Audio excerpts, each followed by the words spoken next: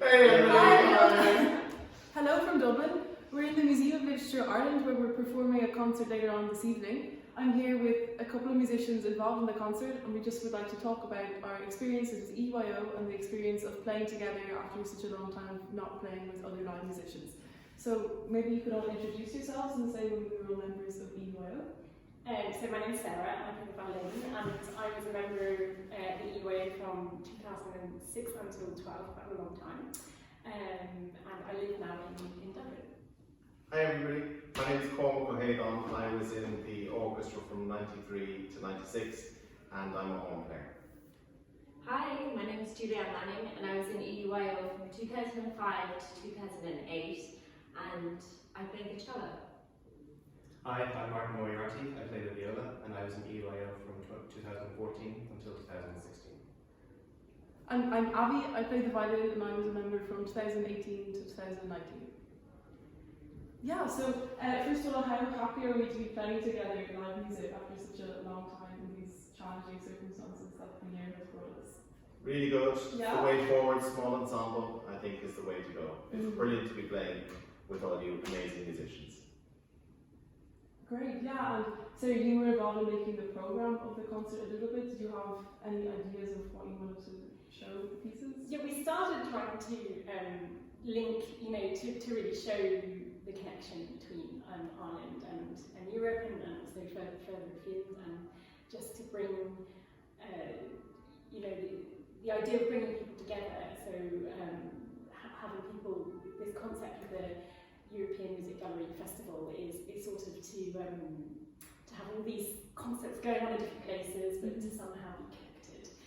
And this was the idea of our programme. So I think every work has some kind of, sometimes a little bit tennis, or some kind of connection with Ireland, which was the idea. Yeah, great. Yeah. And it's just been after so long of being in your own home and so isolated, and finding it hard to have a motivation to play. I think with our concerts, it's been really such a wonderful experience, and I think all of us are so happy to play together. I'm so grateful to also have this festival to be part of. Yeah, exactly. Yeah, for me anyway, it was, we practice all the time anyway as musicians alone, but to not have the aim of, you have this piece we play in context with other musicians at a later date, it was hard to keep the motivation going, so it's brilliant to play with other live musicians as well.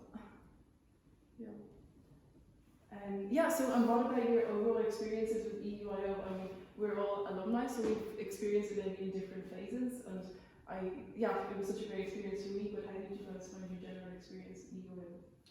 For me it was came at kind of the right moment because I just finished school, secondary school, and I took a year out, and in that year it was my first project with the EYO, and then I moved to Amsterdam, and between that meeting Dutch people and already establishing friendships, and it was a great way to feel comfortable as I was moving abroad for the first time.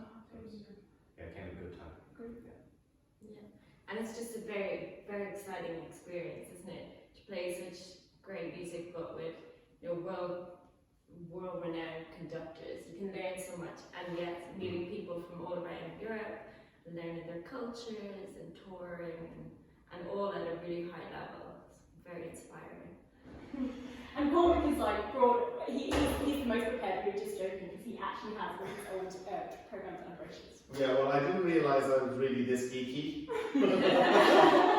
But I've got lots of all my programs. Okay, so that's the very first time I heard the orchestra in 1990, and they played in Dublin with Salvatore Accardo and somebody else doing the Brahms double concerto and Romeo and Juliet with Matthias Barmart. And you watched the concert? I was at the concert in 1990, and I seem to remember they did Ruslan and Ludmila Glinka as an encore, and I think Julianne's going to correct me now if I'm wrong, but the melody comes the first time, but when it came the second time in the cello section, the cello section whistled instead of playing it. Oh, nice.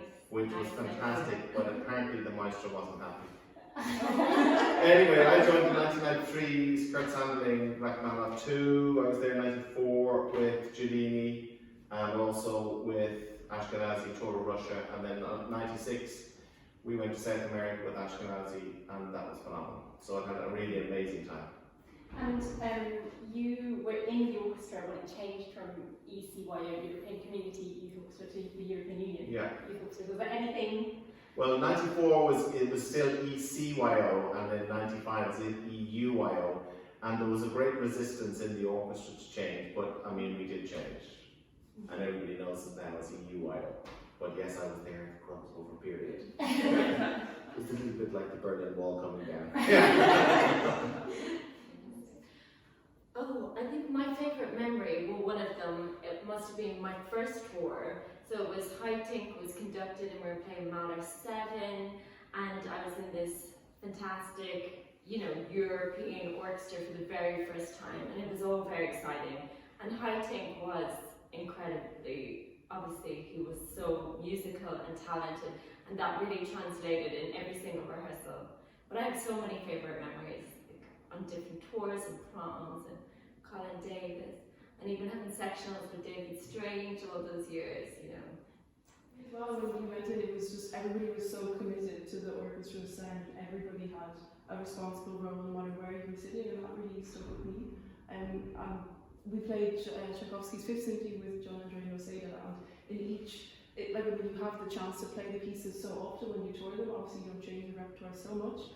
But he was so committed to constantly challenging us to adjust our sound to the concert hall, and like the way he had asked for really, really quiet sections and just made you so alert to be listening in every general rehearsal, constantly doing something throughout the tour, which was really brilliant. Yeah, I think my very first concert in Dublin was Beethoven 7 with Ashkenazi, and I just remember at the end of the symphony, just everyone's faces so full of happiness, and even people in the audience were crying. Just really felt how powerful it really all was. Yeah. Well, I had phenomenal time, just like everybody here. If there were any kind of drinking shenanigans, I firmly blame Peter Ballon, who was in second desk of the Brahms with Giudini, who led me astray. Peter, you know who you are and you know where you are. How has your experience been playing in the European Music Gallery Festival's Dublin concert? Yeah, it's been really great. The people in this project have been in the EUO across different generations, so it's been great to play with people of different backgrounds and different experiences, and just to come together and play chamber music. It's really nice, and great to put also Dublin firmly on the map. I mean, sometimes it's easy when you're in the middle of Europe to just take trains and have such a lot of influences in your lifestyle, but we always have to fly anywhere we are in Ireland, so it's great that Dublin is also being very much represented in this festival.